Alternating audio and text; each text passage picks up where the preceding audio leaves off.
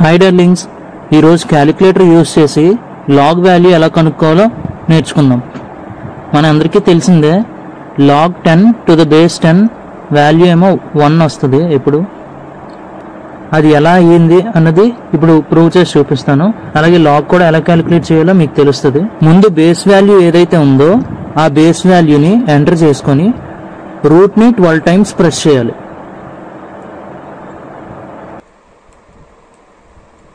అలా చేసిన తర్వాత ఆ వచ్చిన వాల్యూలోంచి -1 చేయాలి. -1 చేసి m+లో పెట్టాలి. ఇప్పుడు ఆ ఎక్స్పోనెంట్ వాల్యూ ఏదైతే ఉందో అది మళ్ళీ ఎంటర్ చేసి 12 టైమ్స్ ప్రెస్ చేయాలి రూట్ని.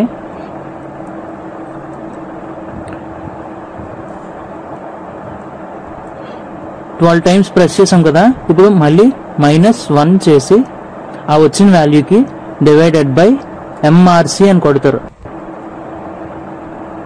సో రెండు సేమ్ వాల్యూస్ ఉన్నాయి కాబట్టి దాని వాల్యూ 1 అని వచ్చింది.